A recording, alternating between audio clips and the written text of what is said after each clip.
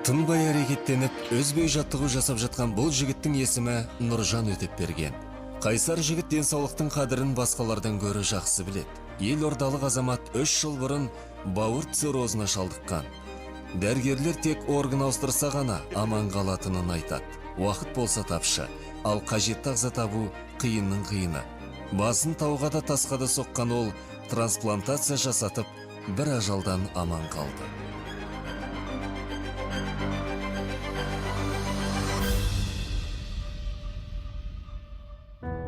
Гепатолог Қаһарман Ізбасаровичпен кездесіп, ол кісі уже тек маған бауыр ауыстыру ғана көмектесетінін маған айтты. Және де бұл ауруды, яғни маған донор іздеу керек болды. Өйткені ешқандай ем қонбайтын ауру, яғни тек трансплантация бауыр ауыстыру ғана керек болды. Ең біріншіден ол кісі мені туысқандардың арасында, өзімнің туған бауырларым арасында сәйкестік бойынша тексерістен өткізу керектігін айтты. Аллаға шүкір, біз отбасымызда 6 адамбыз. Мен 6. Сонымен барлығы тексерістен өткеннен кейін, бірақ ешқайсысы келмеді маған сәйкес. Одан кейін туысқандарымыз тағы да қосымша, олар да сондай тексерістен өтіп, бірақ ешқандай сәйкестік болмағаннан кейін мені осында лист ожидания дейді, күту парағына мені тіркеп қойды. 3 тамыз күні таңертең операция болады. Мен дайындалып жатқан кезімде дәрігер палатама кіріп кеп, Нұржан, қазір Қостанай қаласында бір донор пайда болды. Біздер қазір ол кісілердің туысқандарымен сөйлесіп жатырмыз. Егер туысқандары рұқсат берген жағдайда, біз сіздің қан тобыңызды, ол кісінің сәйкестіктерін іздейміз деді.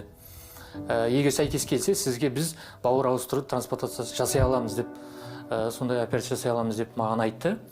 Кешкілік сағат 6-лардың кезінде врач кеп, туысқандары рұқсат берді. Қазір біздің врачтар сол жаққа арнайы топ бар екен, сондай трансплантациямен айналысатын. Сол кісілер санавиациямен барып, Қостанай қаласына барып, сол кісіден органдарын алады екен. Сол жағдайда менен мына жерде қосымша анализдер алды, сәйкестікті анықтау үшін. Сол күні кешке органды алып кеп, операция жасалынды. Енді келесі күні оянғанымда жаңа өмір басталғандай болды.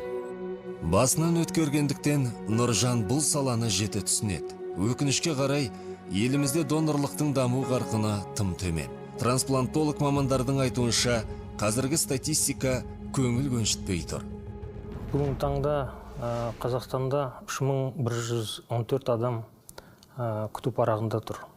Оның ішінде 2675-і бүйрек күтуде, 299-і бауыр күтуде, 133-і жүрек күтуде, және де 7 адам өкпе ауыстыруға мұқтаж. Осы орайда айта кететіні, оның ішінде 100-ге таяуы біздің оның ішінде сәбилер де бар. Қазақстан ТМД елдері арасында трансплантация бойынша 3-ші орында. Соған қарамастан көрсеткіш мәз емес. Науқастардың ағзасын алмастыру 10%. Яғни жылына 200-250 ота жасалады. Статистикаға сүйенсек, 2012 жылы 65 операция жасалса, 2017 жылдан бері ота саны азайып келеді. Біздің жұмыс бабында әр жылы, әр ай сайын біздің күту парағын жаңадан қарастырамыз. Сол кезде жылдың аяғында бізге белгілі болатын сан бар. Оның ішінде қайтыс болған адамдар саны. Соны егер айтатын отырсақ, жыл сайын 100 адамға таяу күту парағынан өлу себебінен шығып кетіп отыр. Егер нақты айтатын болсақ, былтыр 120 адам. Мамандардың айтуынша, көбіне өлгеннен кейінгі донор болатындар жол, көлік апатынан көз жұмғандар. Себебі, олар ауыр жараланатындықтан бірден ми өлімі тіркеліп, дәрігерлер мәйіттік донор ретінде қарастырылады. Дегенмен халық әлі бұл мәселеге мойын бұрмай, теріс көзқарас ұстанып отыр. Кейбірі дінді алға тартып жатады. Бірақ қандай дін болса да, өмірден өткен адамның ағзасын пайдалану арқылы мұқтаж жандарға өмір сыйлау мүмкіндігін құптайды. Пәтуасы берілген бұның шарттары бар. егер адам жаңағы дүниеден өтіп бара жатқан адамның өзінің немесе оның уәкілі дейміз ғой, анасы, ағасы, жауапты адамның рұқсатымен белгілі бір ағзаларды рұқсат беріледі ауыстыруға. Пайғамбарымыз саллаллаху алейхи вассалам өзінің бір хадисінде Алла субхану ва тағала әрбір дертті шифасымен қоса жаратқан деген, сондықтан емделіңдер деп, осы жерде кез келген адам сырқаттанып қалса, ауырып қалатын болса, оның емделу жолын қарастырыңдар деп бізге осы үмметіне қаратылып айтылды. Кімде-кім бір адамды тірілсе, бүкіл адамды тірілткенмен тең деген. Міне осы деректерге сүйене отыра, шариғатымызда жалпы бұл трансплантацияға рұқсат етіледі. Православной точки зрения на такие темы. В частности, по вопросу трансплантологии нет каких-то... Православдық көзқарасқа сүйенсек, ағза алмастыруға тыйым салынбаған. Аталған діннің әлеуметтік концепциясында егер адам көзі тірісінде келісім бермей кенет өмірден өткен жағдайда, оның ағзасын науқасқа беру-бермеу жағын туыстары шешеді делінген. Бұл тұрғыдан алғанда қайырымды іске дін еш уақытта қарсы емес. Дүниеден өткен адамның ағзасы бірнеше жанға өмір сыйласа, нағыз сауап сол деп білеміз. Барлық дін өкілдері қолдаса да, донор жетіспеушілігі отандық трансплантология саласын өрге бастырмай отыр. Мамандар бір донор кем дегенде 4 адамның өмірін ұзартуға көмектесетінін айтады. Алайда кез келген жанның донор бола алмайтынын да ескерген жөн. Донор болатын жанның салмағы, қан тобы, өзге де медициналық көрсеткіштері реципиентке сәйкес келуі тиіс. Бірақ дәрігерлер адамның ағзалары өзге науқастарға өмір сыйлайтынын айтып, насихат жұмыстарын жүргізсе де, ағзасын беруге кез келген жан келісе бермейтін көрінеді. Мұндай қадамға көбіне жақын туыстары ғана келісім береді. Саламатсыздар, қалдарыңыз қалай? Қалай самочувствие, бәрі дұрыс па? Температура, шағымдарыңыз, ұсыныстарыңыз, дренажды, қуықта тұрған катетерларды уақытменен бәрін алып тастаймыз, бәрі дұрыс болса. Інімнің ауырғанына где-то 1 жылдан асты уже.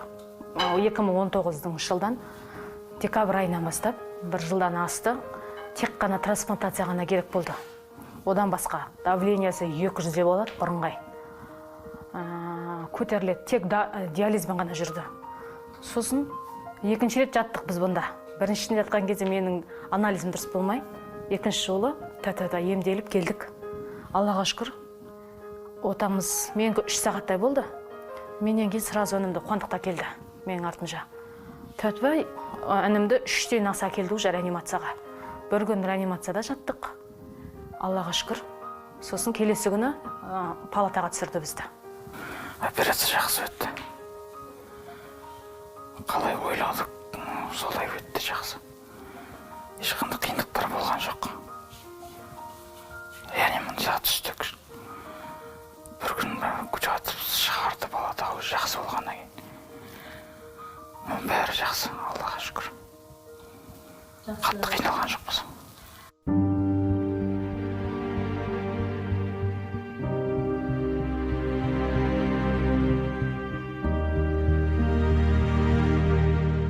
Медицина саласындағы түйткілдерді шешу мақсатында елімізде 2009 жылы халық денсаулығы және денсаулық сақтау жүйесі туралы кодекс қабылданғаны белгілі. Қазіргі қолданыстағы құжатқа осы күнге дейін 80-нен астам өзгерістер мен толықтырулар енгізілген. Аталған құжаттағы қайтыс болған адамдардың дене мүшелерін туыстарының рұқсатынсыз пайдалану туралы мәселеде дау тудырды. Жұмыс жасай келе, біз кейбір нәрселерді өзгертуге мәжбүр болдық.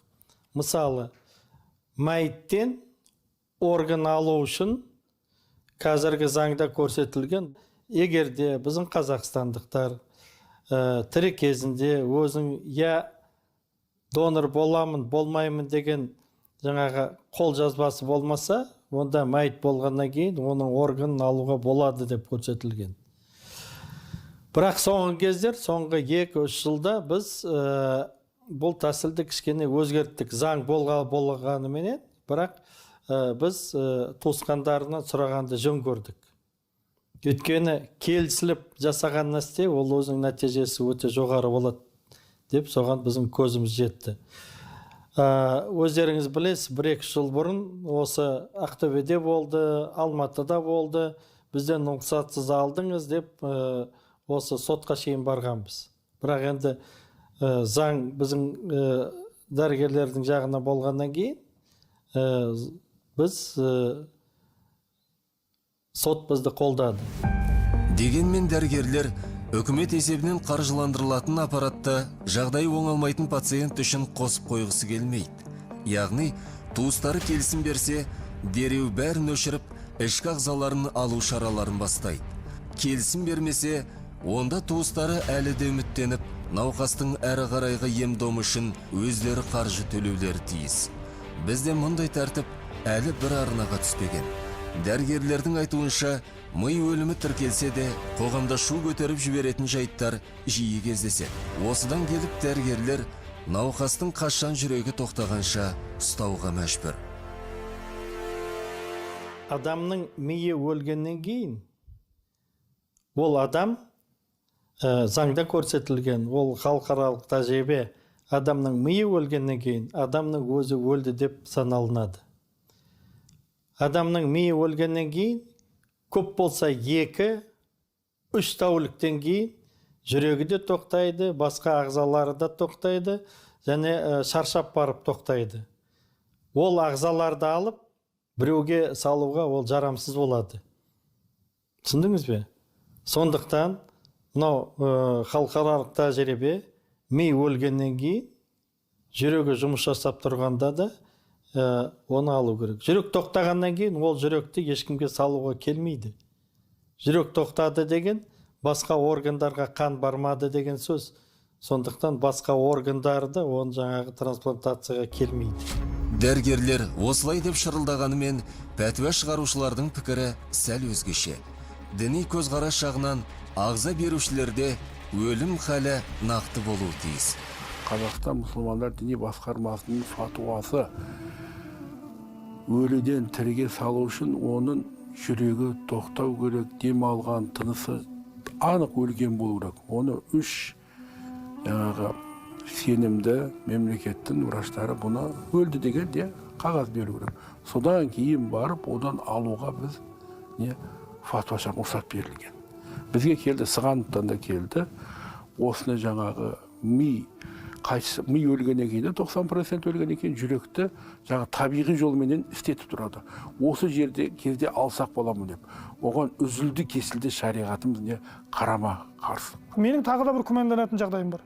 Бұл жерде таза имандылық, адамгершілік тұрғыда да бір критерий талап болу керек сияқты. Өйткені мысалы әртүрлі жағдайлармен, авариялармен, жол апаттарымен, немесе әртүрлі травма, соққы алулармен жансақтау бөліміне түсіп қалған азаматтар ертең адам болып есін жинау мүмкін. Ол жерде мысалы біреудің жақын туысқандары, не болмаса бір әулетті адамдардың жақындарына не керек болған жағдайда, дене мүшелері керек болған жағдайда, ертең адам болатын адамдарды өлімге қиып жіберу мүмкін. Енді мен күмәнданбаймын, олар енді Гиппократ антын береді, басқа қылады, бірақ дегенмен ондай жағдайлар, өйткені ақшамен әртүрлі жақсы жасау мүмкін. Сондықтан бұл жердегі осы нәрселер нақты айқындалатын болса, онда тұрған ештеңе жоқ. Хирург мамандар трансплантация кезінде адам ағзаларын ұрлап, артынан оны саудалау мүмкін емес деп есептейді. Себебі пациенттің ем-домымен ондаған адам айналысады. Мәйіт доноры туралы ақпарат азаматтарға арналған үкімет мемлекеттік корпорациясы арқылы тіркеуге алынады. Ендеше, халық арасына таралатын жағымсыз ақпараттан гөрі оның маңызы туралы насихатты жақсартқан жөн болар еді дейді дәрігерлер. Біздің донорлық органдарды үйлестіру кезінде әділдік сақтау үшін қазіргі таңда органдар компьютер арқылы сәйкестік, клиникалық сәйкестік бар, соған ғана ескеріліп органдар беріледі. Оның ішінде тіндік сәйкестік бар, қандық топтың сәйкестігі бар, және де басқа критериялар бар. Осы бағытта айтатыным, әр адамның өзінің статусы, не болмаса оның қаржылық жағдайы, оның бәрі ескерілмейді. Сондықтан оны кезек деп те айта алмаймыз. Былтырдан бастап елімізде халық денсаулығы және денсаулық сақтау жүйесі туралы жаңа заң жобасы қоғамда ашық талқыға түсіп жатыр. арнайы әзірленген кодекске елімізде адам ағзасын рұқсатсыз ауыстыруға құқық беру ұсынысы енгізілген. Бірақ қоғам арасында бұл бастамаға түбегейлі қарсы шыққандар да болды. Денсаулық кодексінің жаңа жобасына 30-дан астам қоғамдық ұйым өз уәждерін білдірді. Онда олар 16-шы бапқа наразылықтарын білдіріп, заңның қабылдануына қарсы шықты. Егерде біздің қазақстандықтар тірі кезінде қолхатын жазбаса, мәйіт болғаннан кейін оның туысқандарынан былай айтқанда туысқандарына айтып, естіріп, солардың ұлсатын алу міндетті деп көрсетілді. Демек, біздің күнбе-күн жасап жүрген жұмысымызды заңдастырдық. Ол бір. Екінші, мына тірі адамның доноры. Қазақстанда өйткені мәйттен де алуға болады, тірі адамнан алу керек. Енді тірі адамға келгенде, мысалы, қазіргі заңда көрсетілген тірі адам генетикалық байланысы болу керек, және де ағзасы келу керек бір-біріне деп. Мінекей, оғанда өзгеріс жасадық.